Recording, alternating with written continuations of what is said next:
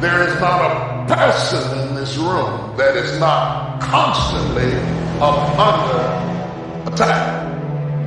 No matter how blessed you've been, no matter how successful, no matter how accomplished, no matter how healthy, no matter how fruitful you are, somewhere in your life you are either being attacked or about to be attacked in some area of your life. What is it that will make it worth it for you to face the rejections?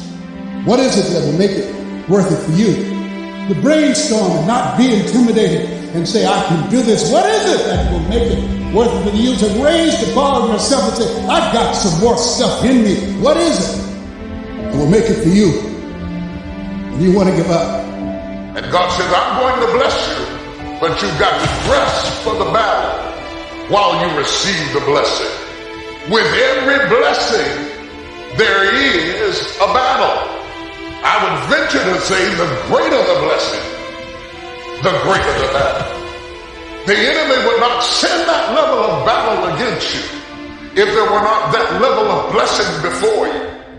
The level of battle you face is an indication of the level of blessings that you stand to receive. No robber robs an empty house. Nobody holds up a bag lady because she doesn't have anything to steal.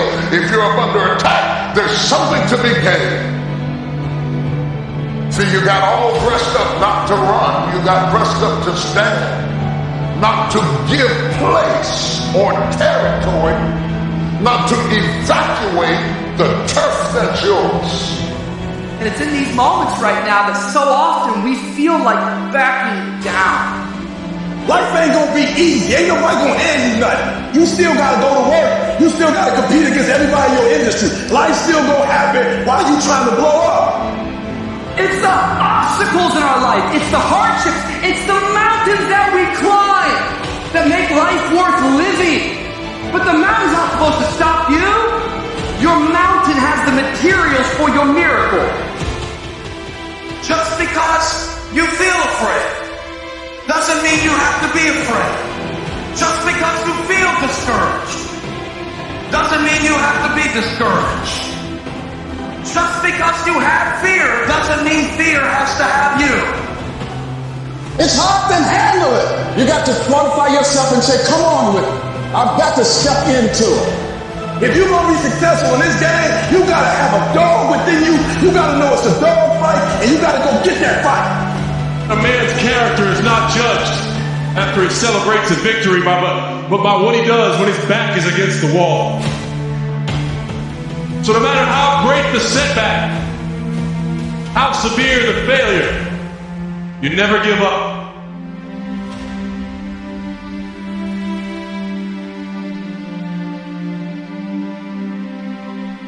Grab and seize this opportunity like you've never seized anything in your life before to make something remarkable of it. Take advantage. Don't be lazy, especially in the spring. Don't be distracted, especially in the spring. You've got to take advantage of every spring that comes because there's only a handful. Life isn't forever. It finally comes to an end. One of the Beatles wrote, all things must pass. The sunrise doesn't last all day. Spring doesn't last all summer. The sunset doesn't last all night. We all have periods of time, pieces of time.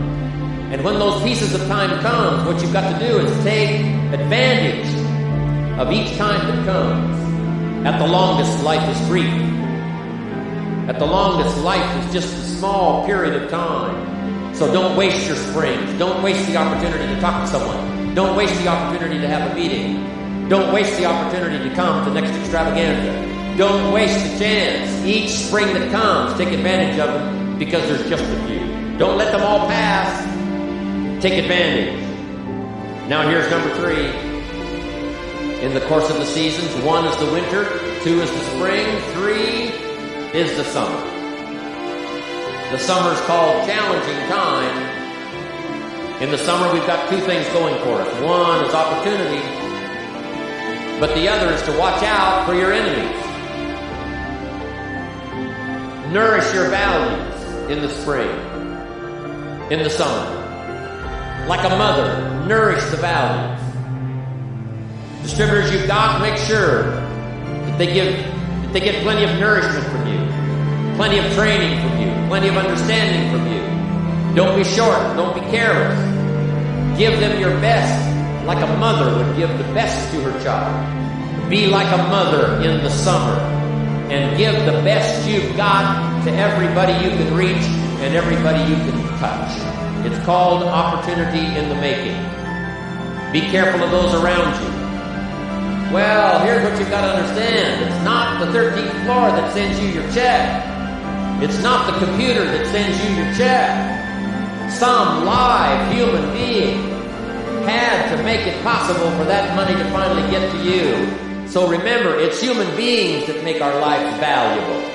It's not systems. It's not numbers in the marketing. It's not computers. It's not the printout. It's not points, and it's not royalties. What makes us all rich beyond our wildest imagination is people. So be mindful of investing in the summer in every person you can possibly invest in. They will make you wealthy.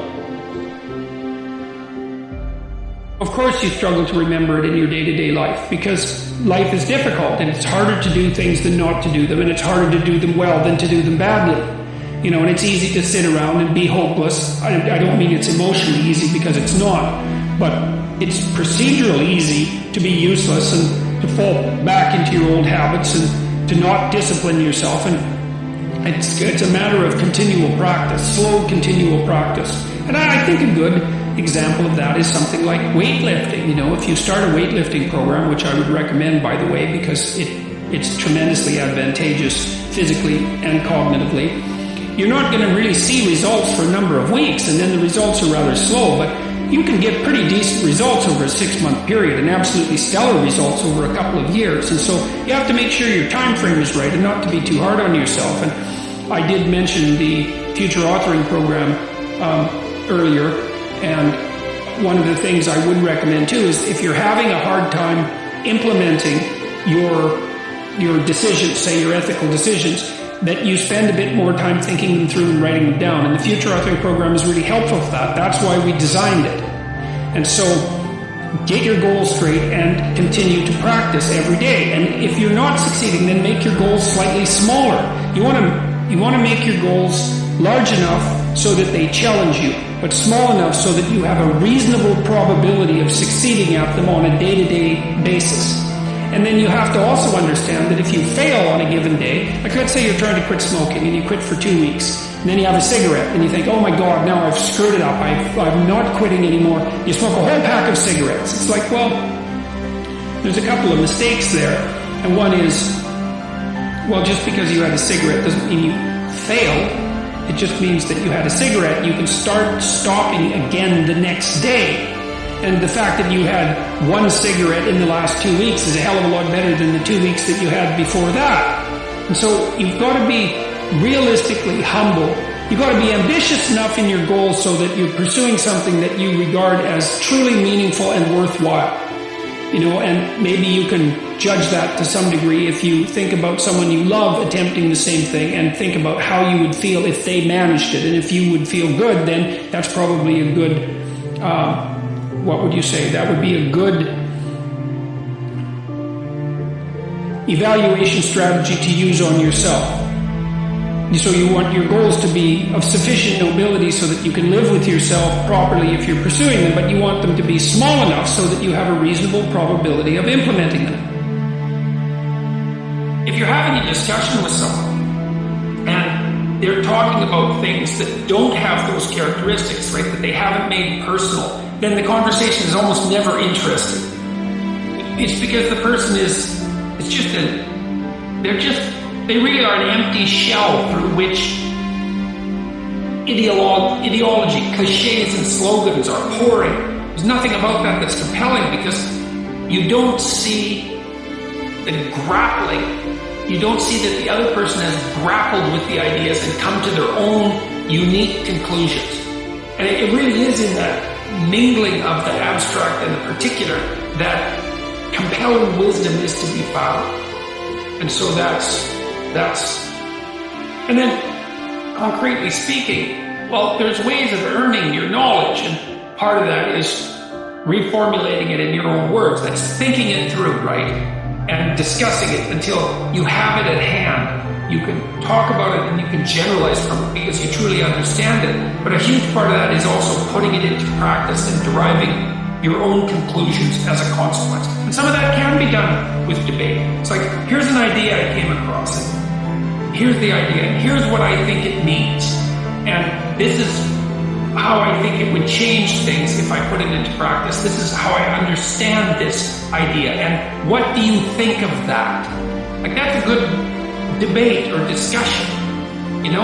And then the other person can say, well, I don't really agree with the way you formulated that, or I don't agree with your conclusions. And hopefully it's a real discussion and not just one-upmanship, because that's a pretty dull game.